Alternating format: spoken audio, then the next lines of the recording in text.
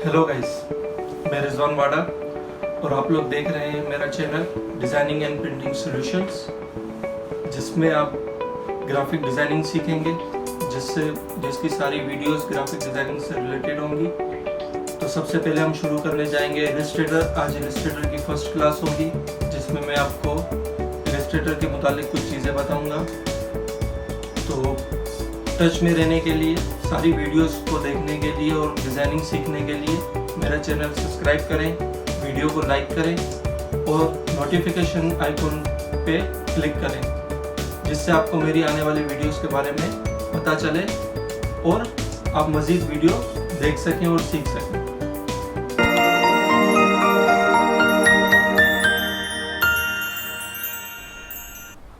ये हम इलस्ट्रेटर में आ गए। तो सबसे पहले हम स्टार्ट लेते हैं।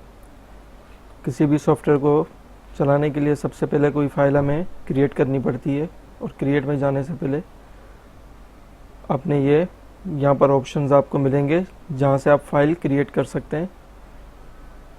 और फाइल के अंदर कौन कौन से ऑप्शंस हैं फाइल के मेन्यू में और वो किस तरह काम करते हैं, आज हम पहले वो सीखेंगे।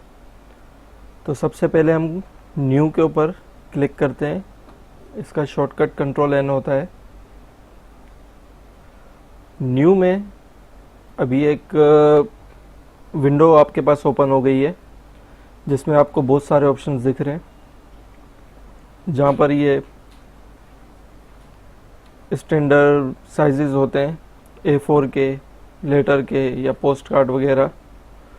तो हम A4 ही साइज़ सेलेक्ट करेंगे और उसका साइज़ ये रहेगा। आपको सेंटीमीटर में काम करना है या इंचज़ में, मिलीमीटर में, पॉइंट में। नॉर्मली यहाँ पर दुबई में इंचज़ में काम होता है, सॉरी सेंटीमीटर में, तो हम सेंटीमीटर सेलेक्ट करेंगे। ये ऑप्शन रहता है पोर्ट्रेट या लैंडस्केप। आपको आपका जो पेज है वो लैंडस्केप में चाहिए या पोर्ट्रेट में, वो आप सेलेक्ट कर सकते हैं।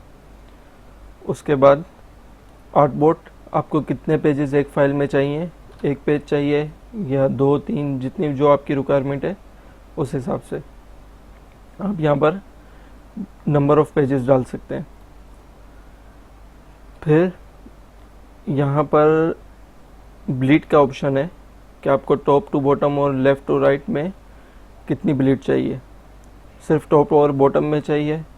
अगर यहाँ पर सपोज़ आपने 0.5 सेंटीमीटर किया तो सब में आ जाएगा, लेकिन आप चाह रहे हैं कि सिर्फ टॉप और बॉटम में 5 mm का यानी 5.5 का ब्लीड रहे, तो आप इसको यहाँ से अनसेलेक्ट करके और 0 कर देंगे, तो सिर्फ टॉप और बॉटम में आपको ब्लीड मिलेगी। लेकिन हमें ब्लीड इस पेज पर नहीं चाहिए, तो हम 0 ही रखेंगे सबको।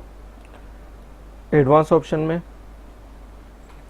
आप देखेंगे कि आप जो फाइल बना रहे हैं वो आपको कौन से मोड में चाहिए, कलर मोड उसका क्या होना चाहिए। अगर तो आपको अपने कोई सोशल अकाउंट के लिए, वेबसाइट के लिए या सिर्फ स्क्रीन पे देखने के लिए आपको अगर कोई डॉक्यूमेंट बनानी है या कोई बैनर या कोई भी आर्ट वर्क डिज़ाइन करना है, तो आप RGB सिलेक्ट करेंगे। लेकिन अगर आपको प्रिंटिंग से रिलेटेड कोई भी चीज़, चाहे वो ऑफसेट प्रिंटिंग हो, डिजिटल प्रिंटिंग हो या कोई भी प्रिंटिंग हो, उससे रिलेटेड अगर आपको डिज़ाइन करना है तो ये CMYK सिलेक्ट करना होगा। उसके बाद रेजोल्यूशन, जैसे मैं आपको बता चुका हूँ कि इलस्ट्रेटर वेक्टर बेस्ड सॉफ्टवेयर है, तो इसमें ये रेस्टर इफेक्ट के रेजोल्यूशन इतने मायने नहीं रखते। तो आप 300 dpi मैक्सिमम रहता है, प्रिंटिंग के लिए इनफ है, तो आप 300 इसको PPI सिलेक्ट कर लें। पिक्सल्स इसको बाय डिफ़ॉल्ट ही रखें। मोर ऑप्शंस में जब आप क्लिक करेंगे तो ये एक दूसरा विंडो आपके सामने ओपन हुआ है।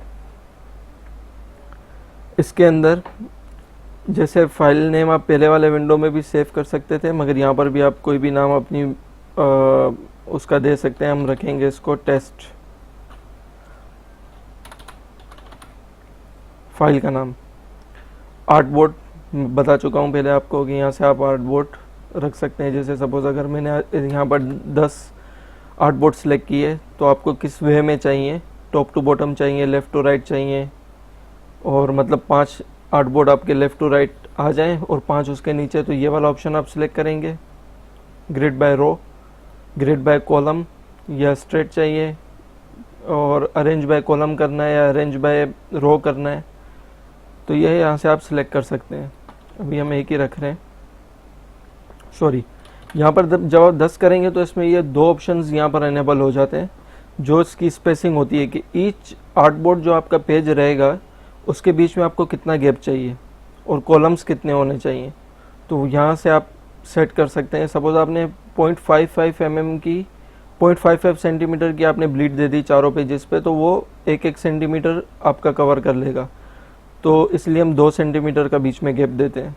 वो आप अपनी रिक्वायरमेंट के हिसाब से भी इसको कर सकते हैं, लेकिन जब आपका पेज एक ही रहेगा तो ये डिसेबल हो जाएंगे और यहाँ पर उसके कोई रीज़न नहीं रहता अनेबल होने का, क्योंकि वो एक ही पेज है तो बीच में गैप नहीं रहेगा।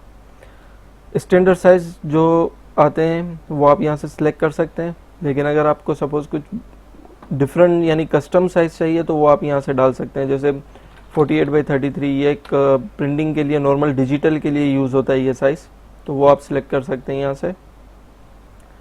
और इसका यूनिट कौन सा आपको चाहिए, इंचेस सेंटीमीटर, वो सिलेक्ट कर सकते हैं। ये पोर्ट्रेट ही रहेगा, इसको हम A4 ही रखते हैं।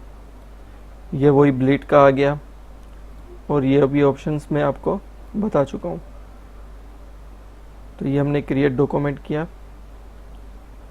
क्रिएट।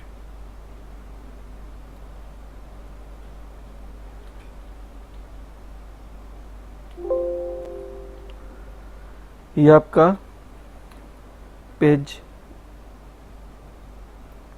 बन चुका है। अब पेज बनने के बाद बहुत सारे ऑप्शंस आपको दिख रहे होंगे।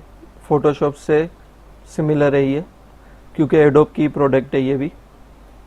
ये कलर्स का रहता है, सारे ये जितने भी विंडोज़ हैं ये सब दिए होते हैं। सम टाइम आपका ये विंडोज़ यहाँ से हट जाते हैं, और ये सब आपने इसको अपने हिसाब से एक नई सेटिंग में भी आप इसको एडजस्ट कर सकते हैं, जो आपको जो रिक्वायरमेंट हो, जो ऑप्शंस आप नॉर्मली ज़्यादा यूज़ करते हैं वो भी आप इसको अपने हिसाब से पूरा ऑर्गेनाइज कर सकते हैं। और अगर ये आपका पूरा हट जाता है, सपोज़ किसी तरीके से आपसे डिलीट हो गई ये सब चीज़ें यहाँ से, यहाँ पर विंडो में जब आप क्लिक करेंगे, ये वर्क स्पेस है आपका, तो यहाँ पर 2 ऑप्शंस होते हैं, ऑटोमेशन और एसेंशियल्स। ये आपके सॉफ्टवेयर को जैसे पहले था वैसे कर देंगे,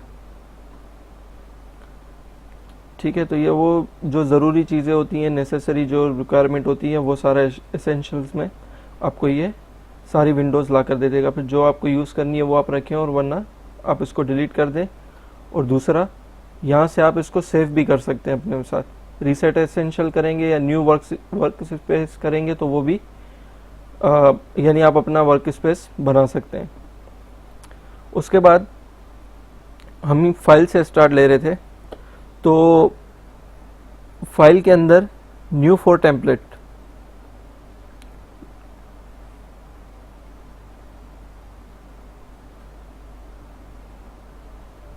यहाँ पर आप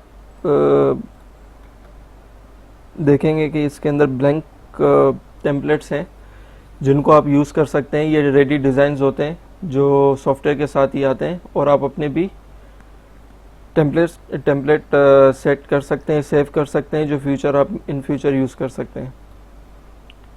दूसरा ऑप्शन है ओपन। कोई आपने फ़ाइल बनाई है, उसको आप रीओपन करना चाह रहे हैं तो वो कर दी। रिसेंटली जिन फाइल्स के ऊपर आपने काम किया, तो ओपन रिसेंट फाइल्स के अंदर वो फाइल्स आपको सारी यहाँ पर मिल जाएंगी, जो किसी भी ड्राइव में से, वो डी ड्राइव में हो, किसी भी फोल्डर में हो, कहीं पर भी लोकेटेड होंगी, वो आप जस्ट क्लिक करेंगे और आपकी फ़ाइल ओपन हो जाएगी। सपोज़ मैं अपने ये लोगों की फ़ाइल ओपन करता हूँ, तो ये फ़ाइल मेरी ओपन हो गई है। जो मुझे नहीं पता कि ये डी ड्राइव में है, डेस्कटॉप पे, या किस फोल्डर में है, और उसको आप फिर क्लोज़ कर दें यहाँ से। इसके बाद क्लोज़ का ऑप्शन आपने देख लिया। सेव के अंदर जब आप सेव पे क्लिक करेंगे,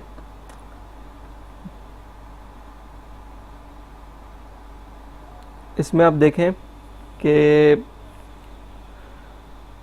फाइल्स आप सेव करेंगे डेस्कटॉप पे, ठीक है। उसके बाद इसमें कुछ ऑप्शंस हैं। आप एडोब इलस्ट्रेटर की फ़ाइल सेव करना चाह रहे हैं काम करने के बाद, पीडीएफ बनाना चाह रहे हैं, या ईपीएस।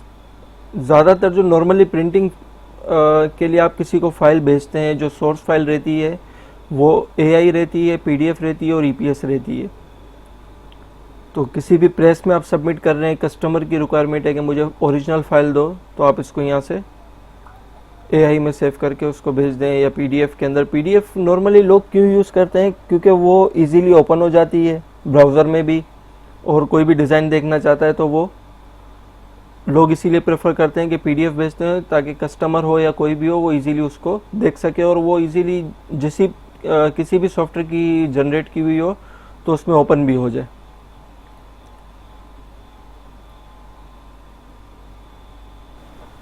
अब फिर दूसरा ऑप्शन इसमें ये है कि आपने यहाँ से सेव एज कर दिया। सेव एज एक्चुअली इसलिए यूज़ होता है कि एक फ़ाइल ऑलरेडी आपके पास सेव है और आप उसको उसकी दूसरी कॉपी बनाना चाह रहे हैं, तो उसको सेव एज आपने किया और वो भी वही सारे एक्सटेंशंस आपको मिलेंगे जिनमें आप सेव करना चाह रहे हैं, जिसमें आपने ऑलरेडी सेव की हुई है एक फ़ाइल।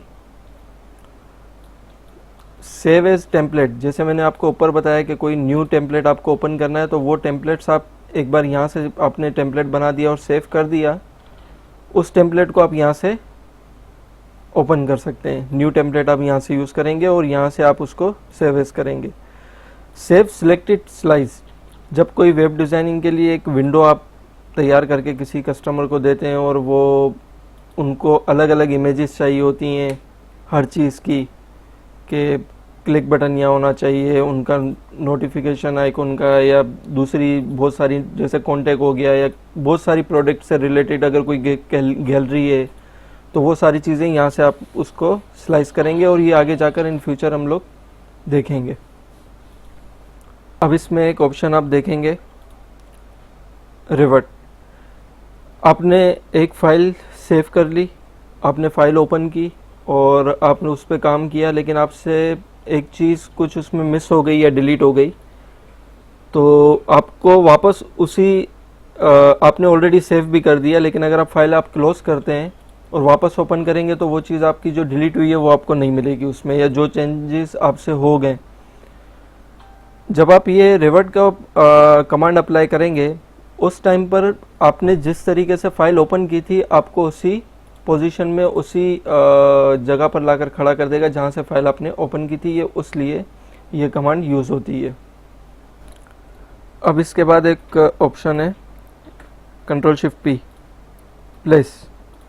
यहाँ से आप पीडीएफ को यहाँ पर प्लेस कर सकते हैं, जिसके कुछ फ़ॉन्ट्स वगैरह मिस हो रहे हैं, या आपको उसमें कोई इमेज मिस हो रही है पीडीएफ फाइल में, वो भी मैं आपको दिखाऊंगा इन फ्यूचर, समझाऊंगा कि कोई आपके पास ऐसी फ़ाइल आती है जिसके ऊपर आप काम करना चाह रहे हैं और वो फ़ॉन्ट्स मिस हो रहे हैं या इमेज मिस हो रही है, तो उसको किस तरह करें। या इमेज भी कोई प्लेस कर सकते हैं डिज़ाइन के लिए, या आपने एक इमेज प्लेस कर ली डिज़ाइन के लिए, आपको कोई भी फ़ाइल इंपोर्ट करनी है इस फाइल के अंदर, तो इस तरीके से आप इसको इंपोर्ट कर सकते हैं, प्लेस कर सकते हैं, और ये यहाँ से इसको यूज़ कर सकते हैं। लेकिन ये फ़ाइल अभी आपकी लिंक हुई हुई है डेस्कटॉप से, तो अगर ये फ़ाइल डेस्कटॉप से डिलीट होगी तो यहाँ से भी आपके डिज़ाइन से भी डिलीट हो जाएगी। उसके बाद एक्सपोर्ट का ऑप्शन है कि आपने जो डिज़ाइन किया है उसको एक्सपोर्ट करना है, तो एक्सपोर्ट के अंदर आपने ये देखना है कि कितने सारे ऑप्शंस आ रहे हैं। बिटमैप आप बना सकते हैं, CSS की फ़ाइल बना सकते हैं, फ्लैश बना सकते हैं, जेपेग, और फोटोशॉप PSD भी बना सकते हैं, लेकिन वो इतना वर्केबल नहीं रहती। नॉर्मली यहाँ पर जेपेग की कस्टमर को भेजने के लिए, उन चीज़ों के लिए, किसी को दिखाने के लिए आप इसको एक्सपोर्ट कर सकते हैं। एक्सपोर्ट करने के बाद आप फोटोशॉप में भी इसके ऊपर काम कर सकते हैं, तो वो हम फ्यूचर में वो भी सीखेंगे। एक्सपोर्ट सिलेक्शन, जो सिलेक्शन हमने ली हुई है उसको एक्सपोर्ट करके देगा। पैकेज के अंदर क्या होता है, ये आपने सेव किया पैकेज, सॉरी ये आपको पहले फाइल सेव करनी होगी। हमने डेस्कटॉप पे फाइल सेव कर दी। उसके बाद पैकेज के अंदर क्या होता है, जब आप पैकेज करते हैं, पैकेज एक्चुअली इसलिए यूज़ होता है कि आपने एक डिज़ाइन बनाया, उसमें आपने इमेजेस भी यूज़ की, उसमें आपने फ़ॉन्ट्स भी यूज़ किए और उसकी सारी डिटेल्स है कि फ़ॉन्ट्स किस नाम से हैं, क्या है, वो सारी डिटेल्स आपकी फ़ाइल के अंदर हैं या आपके पास है। लेकिन अगर कस्टमर एक एंड यूज़र है कि जो आपसे डिमांड कर रहा है कि मुझे वो पूरा जितना आपने डिज़ाइन किया वो आप मुझे दे दें, तो उसके लिए ये पैकेज की कमांड यूज़ होती है। जब आपने इसको एक्सपोर्ट करना है, पैकेज बनाना है, तो सपोज़ मैं डेस्कटॉप पे एक टेस्ट फोल्डर बना देता हूँ जिसमें हम इसका पैकेज पूरा कम्प्लीटली, यहाँ से आप ऑप्शन देखेंगे कि कॉपी लिंक्स, यानी जो इमेजेस यूज़ हुई हुई हैं, फोल्डर सेपरेशन का फोल्डर वगैरह सब बनाएगा, फ़ॉन्ट्स कॉपी हो जाएंगे आपके, और आपको एक रिपोर्ट क्रिएट करके देगा। अगर रिपोर्ट नहीं चाहिए तो आप इसको डिसलेक्ट भी कर सकते हैं, लेकिन हम रिपोर्ट के साथ चेक करेंगे। ये हमने पैकेज बनाया, ओके। अभी हम देखते हैं डेस्कटॉप पे ये फोल्डर, देखिए ये आपकी एक फ़ाइल आ गई इलस्ट्रेटर की, लिंक के अंदर आपकी ये इमेज आ गई जो आपने यूज़ की थी, और इसके साथ जैसे मैंने कहा था कि रिपोर्ट, अगर इसमें कुछ फ़ॉन्ट्स हमने यूज़ किए होते तो वो फ़ॉन्ट्स भी आते हैं, कौन से फ़ॉन्ट्स मिसिंग हैं वो दिखा रहा है अभी, लेकिन ये फ़ॉन्ट्स के नाम आ जाते हैं, क्या एम्बेड फाइल हुई हुई हैं, कौन सी लिंक मिस हो रही है, वो सब चीज़ें आपको ये रिपोर्ट में दे देगा। यहाँ से आप चेक कर सकते हैं। हम वापस इलस्ट्रेटर पे आते हैं। अब स्क्रिप्ट में भी ये ऑप्शंस मैं आपको इन फ्यूचर दिखाऊंगा क्योंकि इनमें बहुत ज़्यादा डिटेल्स है। डॉक्यूमेंट सेटअप आप देखें तो वही साइज़ वगैरह आप यहाँ से स्केल का चेंज कर सकते हैं। एडिट आर्टबोर्ड करेंगे तो आप मैनुअली साइज़ को छोटा बड़ा कर सकते हैं पेज के। फिर डॉक्यूमेंट मोड, कलर मोड के अंदर भी यही है कलर के, जैसे मैं आपको पहले बता चुका हूँ, जिस टाइम हम फाइल जनरेट कर रहे थे उसी टाइम पे CMY के और कलर मोड था, तो वो आप यहाँ से भी चेंज कर सकते हैं कि आपने उस टाइम RGB सिलेक्ट कर लिया, यहाँ पर RGB आ गया, आप इसको CMY के यहाँ से चेंज कर सकते हैं। प्रिंट के अंदर भी बहुत सारे ऑप्शंस हैं जो आपकी separation, output, bleed, cutting marks, ये सब भी आप सिलेक्ट करके इसको यूज़ कर सकते हैं। तो आज की थी हमारी क्लास, मैं उम्मीद करता हूँ आपको ये पसंद आई होगी।